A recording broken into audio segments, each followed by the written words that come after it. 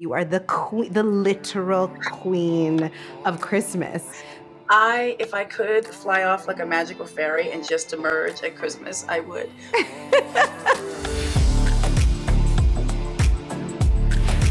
Hey, everybody. So, our guest today on Street You Grew Up On is an actual icon, like a literal icon. She's a phenomenal human being. She's beautiful, she's talented, she's a singer and a songwriter and an actress and a producer and a philanthropist and a mom and just an all-round inspiring, incredible human being.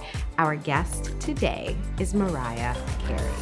Yay! Hi! Is Chach good? Yes, so cute. Okay, I'm gonna jump in. So I wanna say, for people who want the kind of nitty gritty of your childhood, they should really, really read your book, your beautiful memoir. It's just stunning and revelatory. And so we're going to talk a little bit about that, but we're going to talk about kind of other ways that you think about home and define home and how you grew up today so that we give the fans something different. Yes? Absolutely.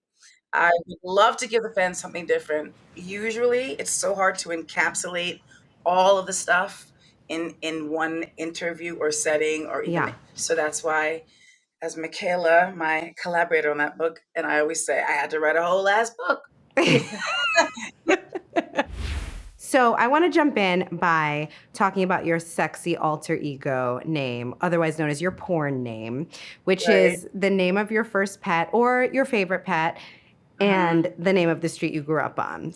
Well, okay, this is very difficult, and you know this. Yes. I've had quite the eclectic journey of Mm. which we're still on. It's not easy for me to just have one place, one street, one pet. Yeah. And this sounds weird, but it's true.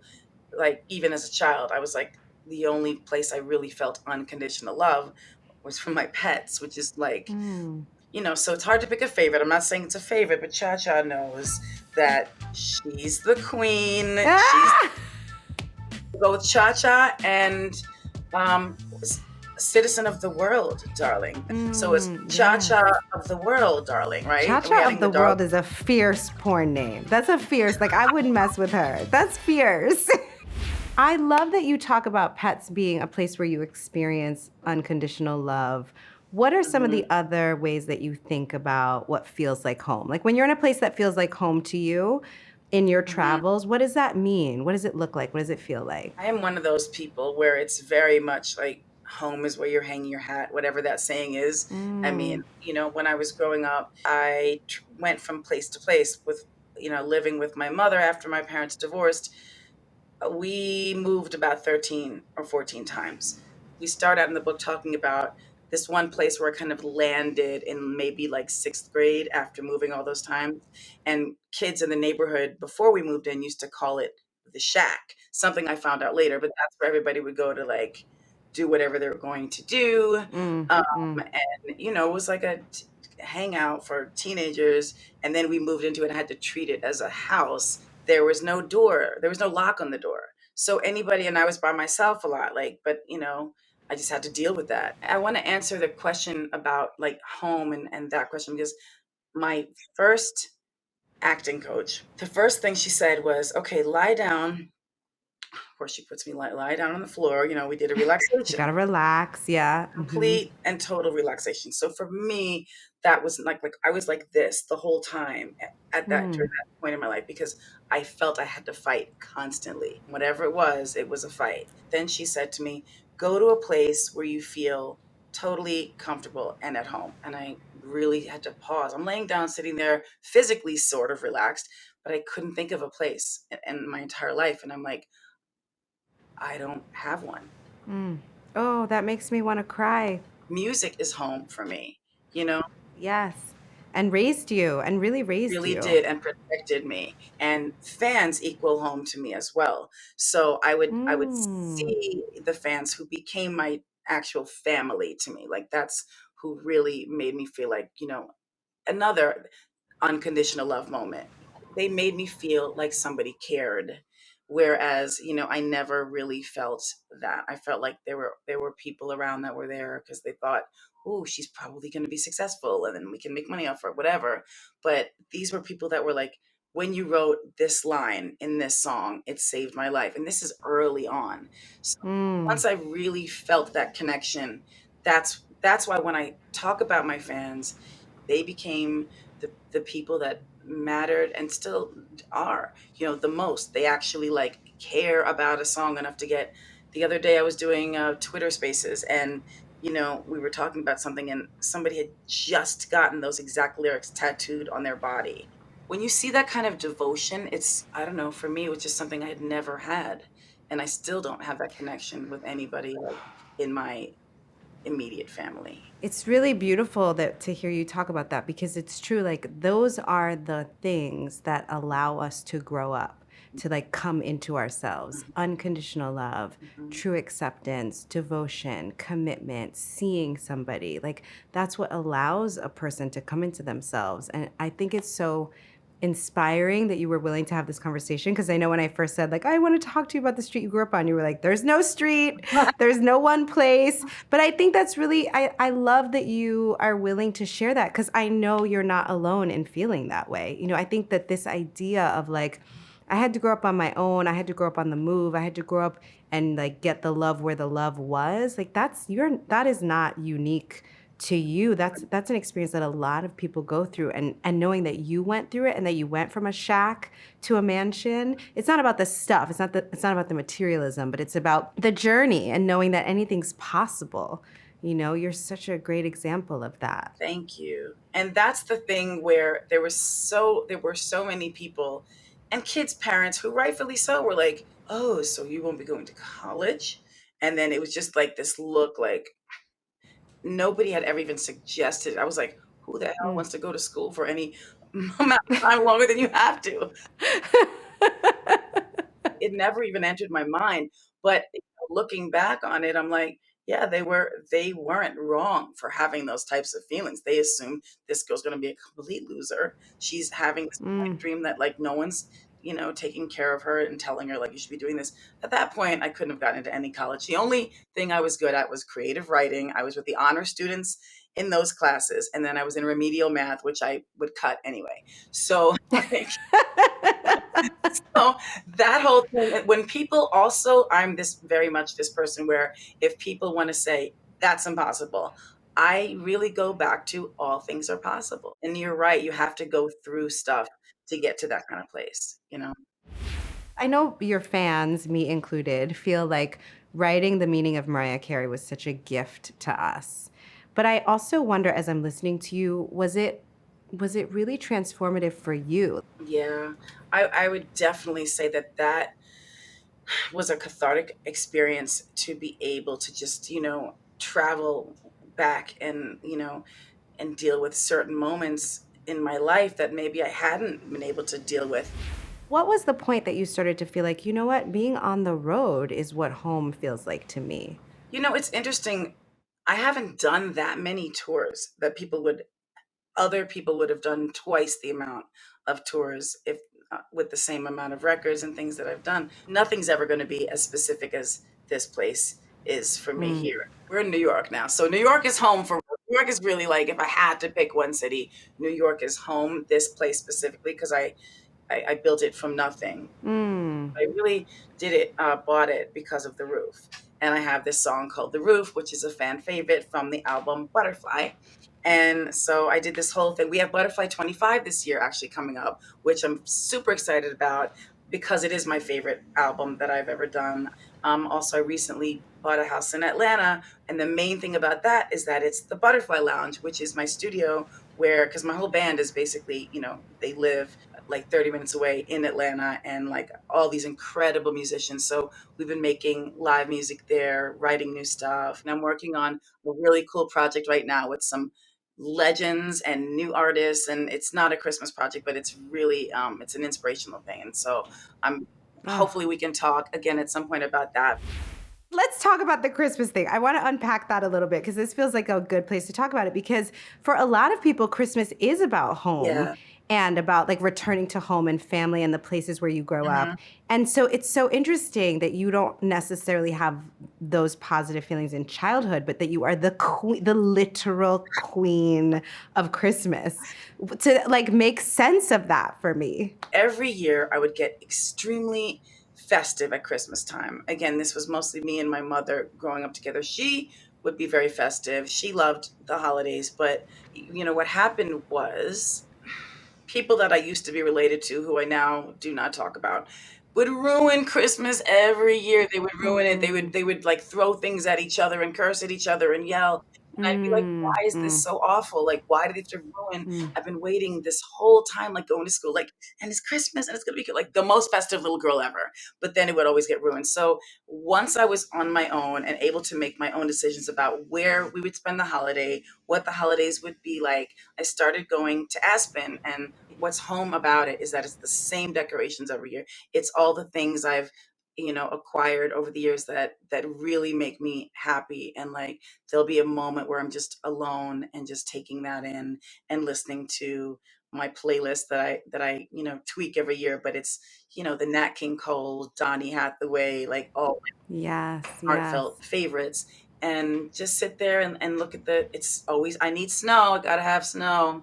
So it's always like a snowy, It's so yeah. powerful. It's so powerful for your ability in your adulthood to reclaim that holiday. I think that's such a really inspiring example because the people that raise us can only do what they can do with the tools they have. You know what I mean? Like they do the best they can. And at some point, we have to decide that we're going to finish raising ourselves Mhm.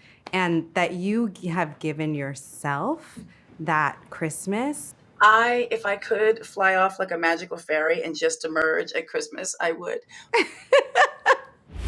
So, what are some of the things that make you feel at home? Is there like a particular wine or a candle or a ritual like baths? Like what kinds of stuff make you feel, bring you back to that sense of home? Well, everything you mentioned. Um, All at once, candles, you're baths, right. wine. Candles around a bath, like, if I want to have a splash, we'll call it. That's what I call wine. Okay, Splash a of splash. wine. Is there a food or a smell that brings you back to a Oh, sense there's of an home? incense that I love. It's the Nag Champa incense that Oh, yeah, old school, yeah. like that yoga studio, Nag Champa. It's Yes, and beautiful. for me, it kind of really does clear the energy and give you like a different, it just gives a whole different vibe to the room. So I do that, and I don't know if she remembers, but Joe Malone, do you like those candles? I don't want They're beautiful. I love those candles and the room sprays. They're beautiful. all of those things, but she used to work at Sony when I was first signed as an artist. Really? Yeah, and then over the years, I followed. I was like, wow, she did like she obviously had a dream and she made it happen. And I haven't even spoken with her. Like, I don't even know if she remembers that she worked, like that little girl was me or whatever. But I'm sure she remembers. well, send some free stuff, Joe, because we love you. Yeah, no, I would say that kind of stuff. Like, definitely the bathtub moments are home moments for me. You have this company, the Black Irish Company, which is sort of honoring your mother and father. Yeah, Black Irish. It's not strong liquor, it's a cream liquor. There's like the salted caramel, there's white chocolate, and then there's the original. So it's an Irish cream where it actually comes from Ireland. They shipped all this stuff. Like there are very specific rules that you have to follow to call it an Irish cream. I drink eggnog just because I'm like it's a ritual and it's festive, but I don't love it. Like let's be honest, I really don't love it. It's so thick and whatever. It's So thick, it's yay, heavy, yay yeah. eggnog. I have to like it. I have to pretend I like it because I love Christmas and stuff. But so, Because you're the queen of Christmas.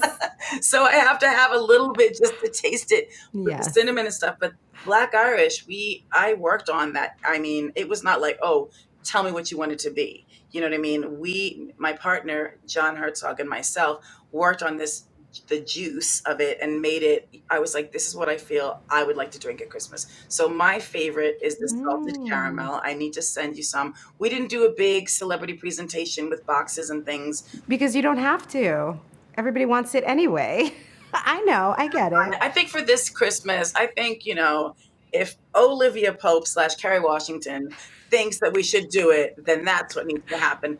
And I named it Black Irish as sort of, we know like that historically it doesn't literally mean There are a Black Irish people, but you're also Black right. Irish. I love it. But they would call my mother Black Irish, supposedly, she says, because she was the dark one. Now, if that's the dark one, then I don't even know what to say, how she becomes a dark. It's because their hair was darker, and so I'm named after County Are Kerry you in really? Ireland. I am. My mother's family is from Jamaica, but she discovered that a lot of her relatives were Scottish, Irish, British, landed in Jamaica. So she wanted to name me something that felt like that would make me proud of being a Black girl, but that felt different. And so she learned that in Gaelic, Kerry means little dark one. And so that's the name. Isn't that crazy? Oh my gosh. And you know, there's what I was going to say. There's a Carey, Crey, count as Yes. well as Kerry. Yes, that's right. We should do a road trip and go to I know. We both. have to go the right time of year though, because when it's cold, it's like, a No. misery. Yeah, no, we have to go like beautiful summer, Yeah. green rolling hills after the cold, then we Yes. defrost. Okay, I want to play a game called Show and Okay. Tell.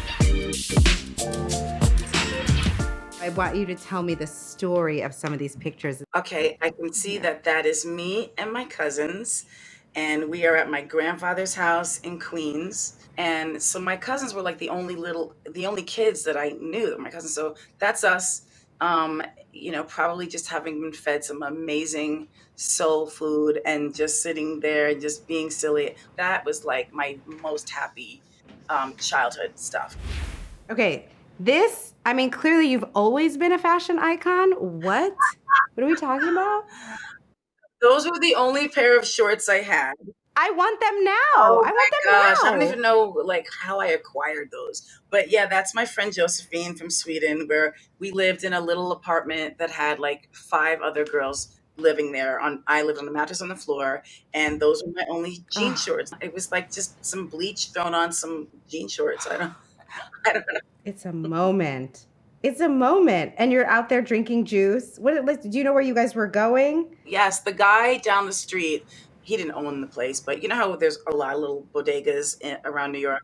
So Yeah, we would of go, and course. for some weird reason, he thought we were sisters. We look nothing alike. She's literally Swedish, and he would give us Snapples because that was expensive. Like for me, I had $1 a day at one time, so he would give us free Snapples, like sneak us Snapples. He was our little friend. So yeah. So Yeah. cute. I love it. Okay, here's another one. I need to know what's happening here. Okay, so I am at a performing arts camp. So that year I was playing Huddle from Fiddler on the Roof, and Oh my goodness. but it reminds me of my daughter so much when I look at that picture. That's such a great show. Do you remember being in it? Do you remember I performing? do, and I still love that song. It was called, ironically, Far from the Home I Love. Mm. There's a whole long story, but my dad gave me flowers at the end of the performance, but until that night, no one knew my dad was Black. So he came to the stage and he handed me these flowers, and he was so happy and excited. And then we both looked around, and we were the only Black people in the room. And he's like, I could just see us. I just remember like shrinking, like that feeling of like everybody else in the room was like, oh, okay. Oh, like you felt othered for the first time. You felt really I think I othered. always felt other. There's earlier stories, but that was like that was like they all went crazy over the song, and then that happened. And then the next year I went back, and my role in the thing was like 4 words, no singing, nothing. But these are the lessons, and I'm so glad I have that picture. Like I have so few pictures of those, like any moments like that. I think for people to know that the Mariah Carey has been able to traverse a life that's complicated and still create this fairy tale life that you're living now. I know it's not perfect. I know there's more complications than any of us know, but you've built a beautiful life. You have built a beautiful life. So for people to know that that wasn't easy, that it wasn't handed to you, that it wasn't necessarily a given, that things were going to turn out for you this way, it's so important. And now you're making me cry, but but thank you. So if you could go back to that young girl in the studio, at the beginning of the journey of growing up in those studios and in this journey, like what would you say to her? I would say, buckle up. Buckle up, Buttercup. I don't know. No, that's Betty Davis from All About Eve. Another one. I would watch Yeah. All About Eve a lot. So good. Oh, that would be good Good advice. advice, and I think you know it. Somebody's gonna have to look that one up. You know That's why? It's good. very true. No, really, I would just say, go with it. Do your music. Stay true to who you are. You're gonna go through some stuff, but you've been through a lot worse than that before anybody ever heard you sing. I love that your street is citizen of the world, but I have to say it only works because you really have found your home inside yourself. Like it works for you to belong to the world because you really belong to yourself. And that's the most powerful example. You've recognized how to receive love from fans and in different cities and places and through music. The connection when they can't even speak the same language as you, but they're singing your words back to you. That's something that Yes. I don't know how to express or to explain other than in the way that you just said it. It's home. So beautiful. Is there one thing from your travels and your time and your journey that's not in your life now that you'd like to bring more? I feel like the answer is no, because you're so good about being like, I know what I want, I'm gonna go get it. But is there something in your journey, whether it's more pets or I don't know, cousins or what, is there something that you'd like to have in your life Yeah, more? I think there's a need for me to have I'm just not the type of person that really likes to bother people or reach out to people too much. Like everybody's so busy doing what we do, each of us do, that I don't want to be that one where it's like, oh, so and so is calling me for the millionth time. Like I just don't want to be that one. So I think it'd be great for me to. And there are some artists that I talk to a lot, and we really go deep and get into stuff, but Yeah. that a little bit more of being able to be with like people who do the same thing, songwriters and whatever in the entertainment field, because other people who don't, if you don't go in front of the camera, and if you've never worn a corseted ensemble, you're just never going to get it. You just can't get it. Okay, the last thing I just want to ask you is, we're so excited to be able to give all of our guests this year some money toward the charities that mean a lot to them to be able to give back to their community. So you've chosen two incredible programs to give to. One of them is Push Black. Yes. So Push Black is this awesome organization that really uplifts Black culture and Black people and Black storytelling. And I know that we've both done some work with them in the past. So I love that you're supporting Push Black. And I have to thank you for that, because it's always good, again, to be able to have a group of people that you can relate to and look at and say, wow, what incredible work you're doing. Let me do my little tiny bit I can do to help support that. And then there's the Fresh Air Fund, which also takes inner city kids that some of them have never been outside of their own block, and they get to either go to a host family where they'll take them in for the summer and like have this amazing experiences that often change their lives, or to different camps. Camp Mariah, we couldn't do it for the past couple of years because of COVID, but it's a career awareness camp. So kids can learn about things like whether it's photography or whatever, dancing, whatever it is. It's a moment for them to be able to become aware that there's other things than just what you're seeing in front of you, which may not be like the greatest example in the world.